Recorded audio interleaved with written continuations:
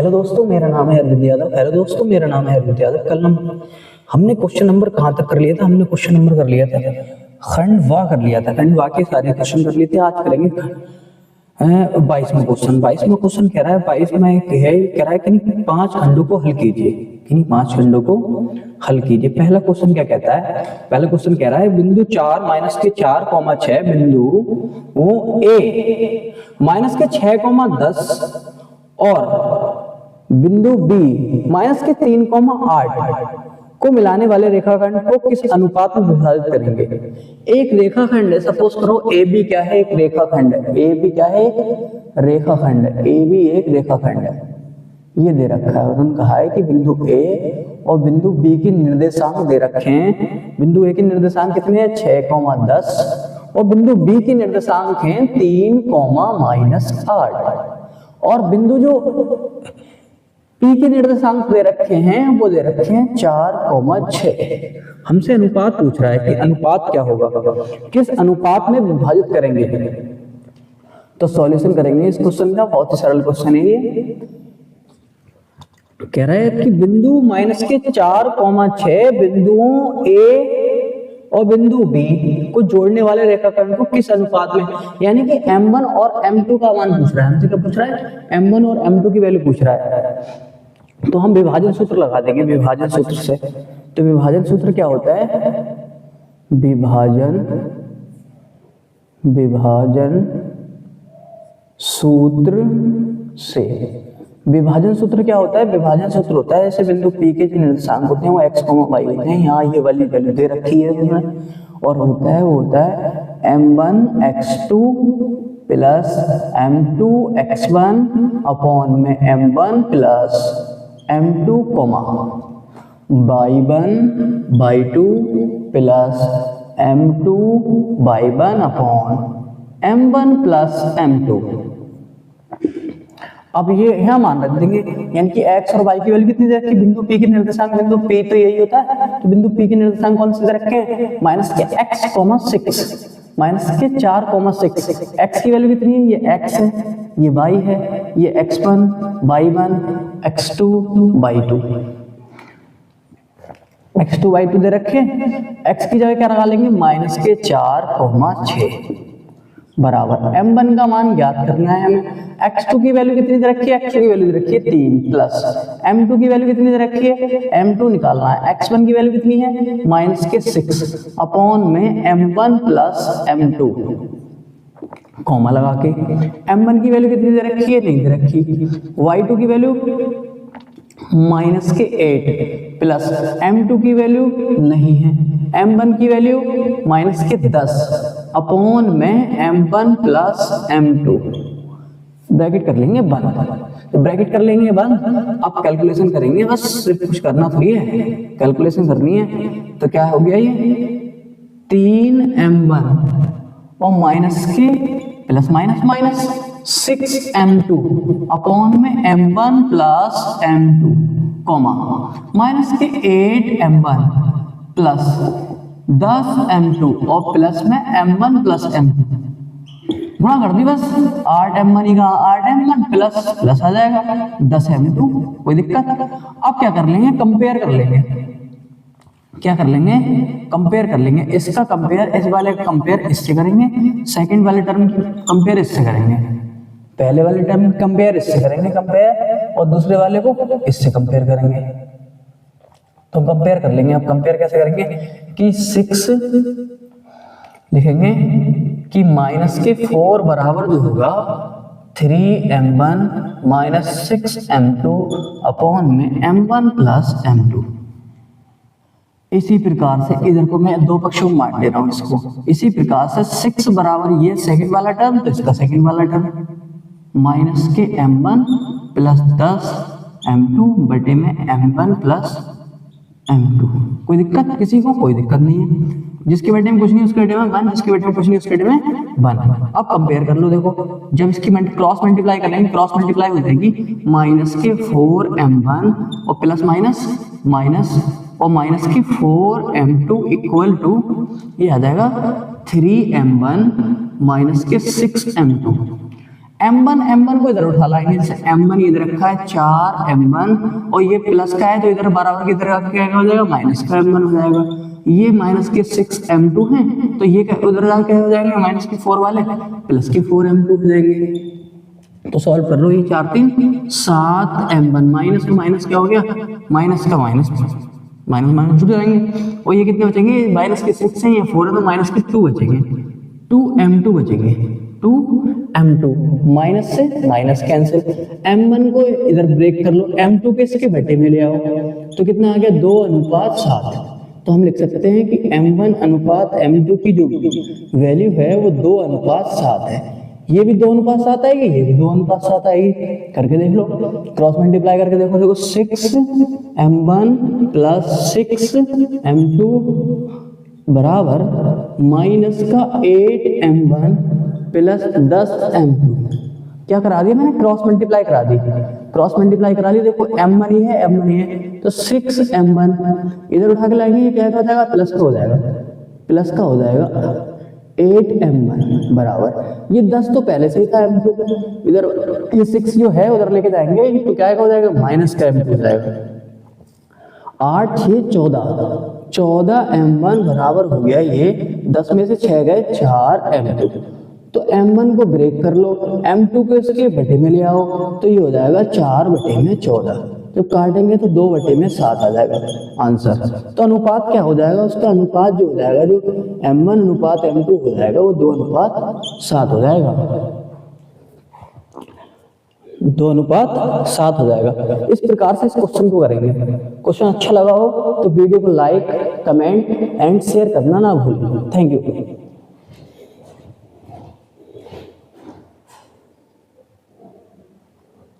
एक बार क्वेश्चन दिखा दे रहा हूँ मैं आपको, क्वेश्चन जो दिखाई नहीं दे रहा है, क्वेश्चन में दिखा दे रहा हूँ, लास्ट में क्वेश्चन दिखाई नहीं दे रहा था, देखो दिखाई दे रहा है सबको, अब चेक करो, क्वेश्चन दिखाई नहीं दे रहा था, अब क्वेश्चन दिखाई दे जाएगा आपको आसानी से। 2:7 आ रहा था, वो दिखाई नहीं दे रहा था।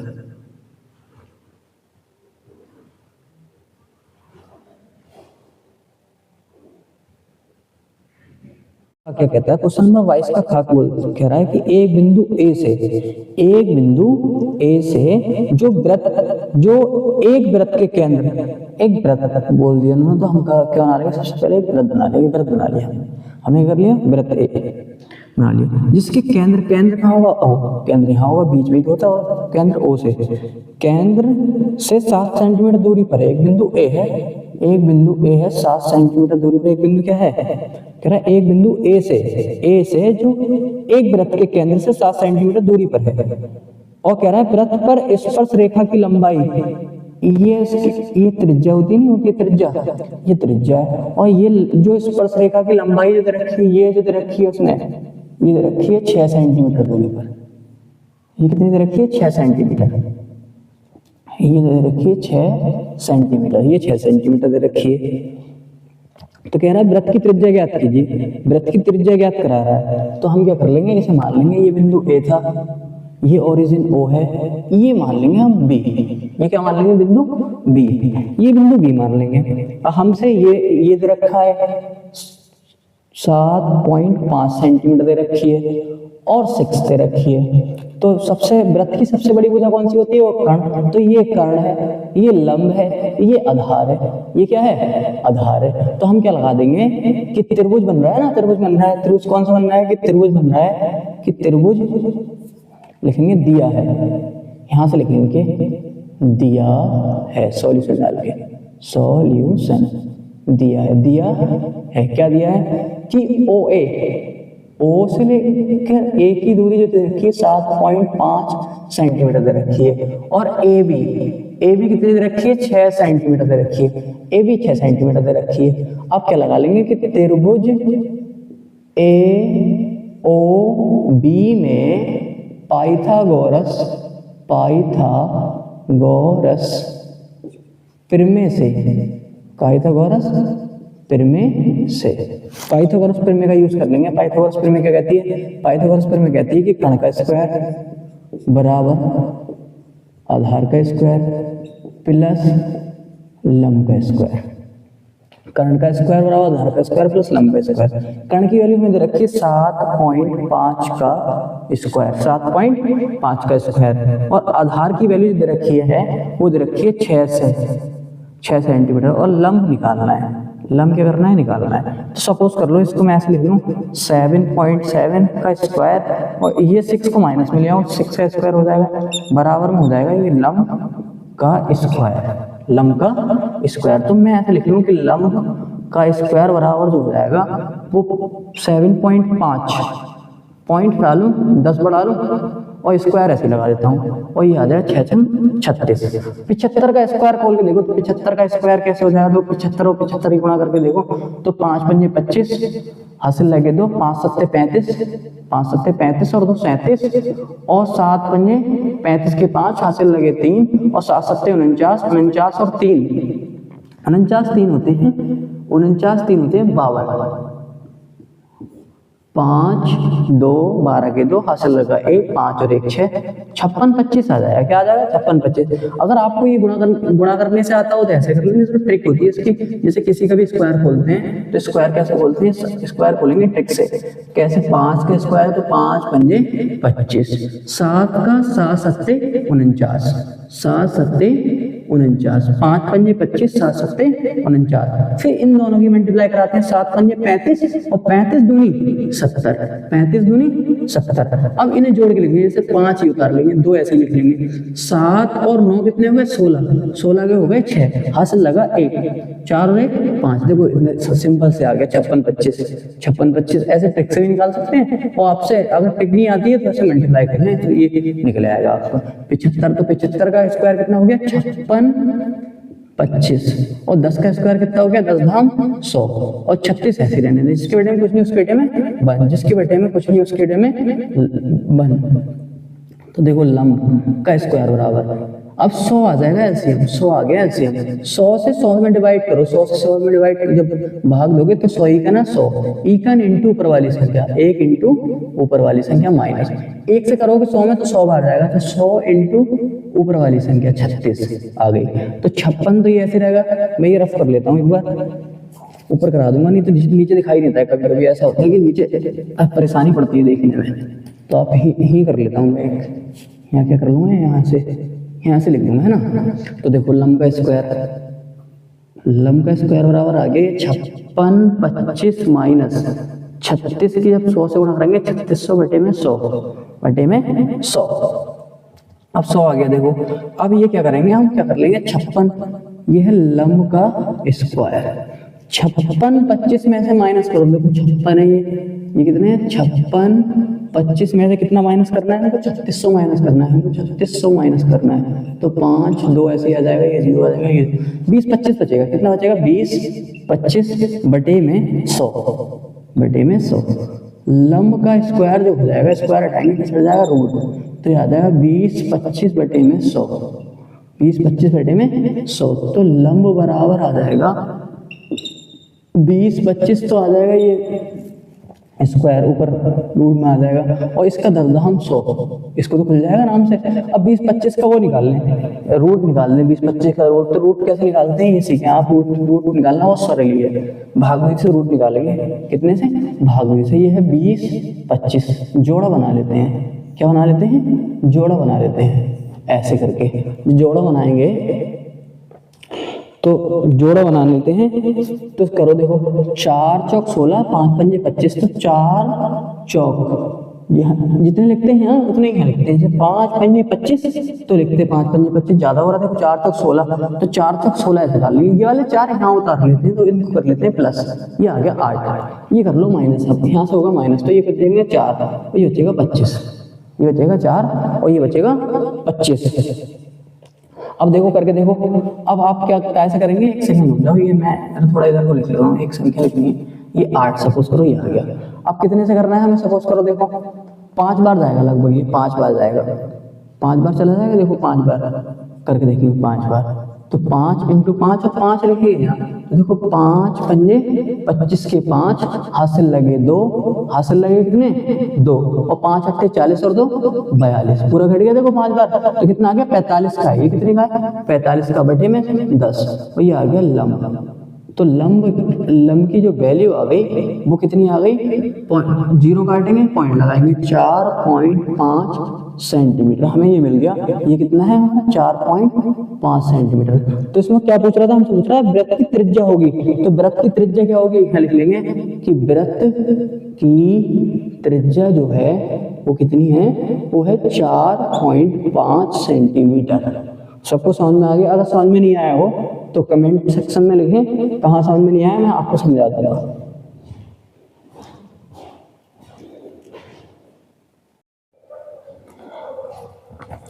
क्वेश्चन नंबर देखो, क्वेश्चन नंबर है अगला क्वेश्चन नंबर है 22 का गा कह रहा है कि सिद्ध कीजिए किसी त्रिभुज की दो भुजाओं को एक ही अनुपात में विभाजित करने पर भुजा की तीसरी भुजा के समांतर होती है।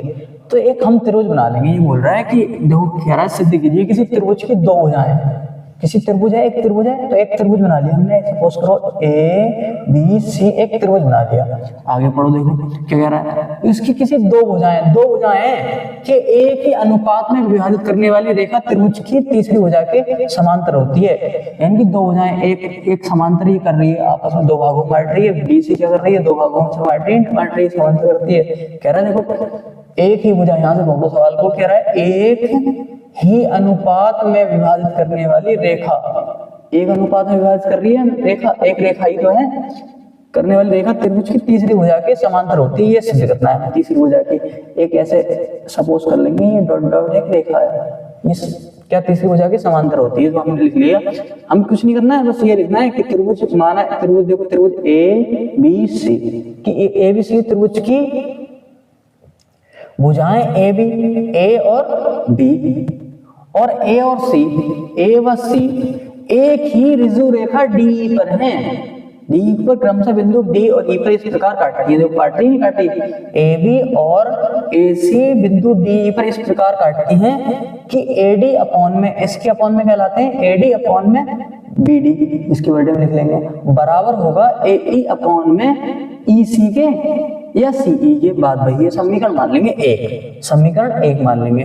अब हमने लिखा देखो ए डी अपॉन में B D, A D upon में बी डी जितनी होगी उतनी ही ए ई अपॉन में ई सी होगी, उतनी ही ए ई अपॉन में ई सी होगी। तो हम लिख सकते हैं ए, भाग का मतलब होता है अनुपात, भाग का मतलब क्या होता है अनुपात। तो एडी अपॉन में बी जो है, तो इसे लिख सकते हैं एडी अनुपात बी, बीडी लिख लिया इसी प्रकार से, बराबर का चिन्ह लिया है, ए लिख लिया ऐसे, और ये बटे का चिन्ह भाग का मतलब होता है अनुपात। तो यहाँ अनुपात लगा कर ईसी या सी, बात वही है। तो सिद्ध क्या करना है, हमें सिद्ध करना है कि डीई जो है समांतर है बीसी के। जो डी भुजा ई, डी और ई है एक रेखा, वो बीसी रेखा की क्या है, समांतर है, ये सिद्ध करना है। इसी प्रकार हम करेंगे। इसी प्रकार जब ये समांतर होगी तो डी ई डैश, क्योंकि डी और ई डैश ये जो सपोज करी थी, ये समांतर किसकी होगी, बीसी की होगी। इसी प्रकार तो हम लिख लेंगे जैसे हमने करा था कि एडी अपॉन में बीडी बराबर होगा एई अपॉन में बीसी के, ईसी के। इसी प्रकार से ऐसे ही होगा कि एडी अपॉन में बीडी, एडी अपॉन में बीडी बराबर होगा ए ई डैश अपॉन में ई डैश सी के, ई डैश सी के। समीकरण मान लेंगे तो समीकरण एक और समीकरण दो से करेंगे, समीकरण एक और समीकरण दो से करेंगे। समीकरण एक सपोज करके उठा के रखिए, समीकरण एक क्या, समीकरण एक व दो से। तो समीकरण एक व दो में एडी अपॉन बीडी यहाँ दिख रहा है, और समीकरण दो में एडी अपॉन बीडी यहाँ दिख रहा है। तो ये तो एक दूसरे बराबर है, तो कैंसिल हो जाएंगे तरह से। तो ए अपॉन में ईसी बचेगा, ए अपॉन में ईसी बचेगा, और बचेगा ए डैश अपॉन में ईसी डैश के इक्वल होगी। जब ये आपस में बराबर है, इसी प्रकार से ये भी आपस में बराबर होंगे। फिर दोनों पक्षों में एक जोड़ देंगे। जब एक जोड़ देंगे तो यहाँ एक जोड़ दिया, देखो इस पक्ष में भी एक जोड़ देंगे, यहाँ एक जोड़ दिया।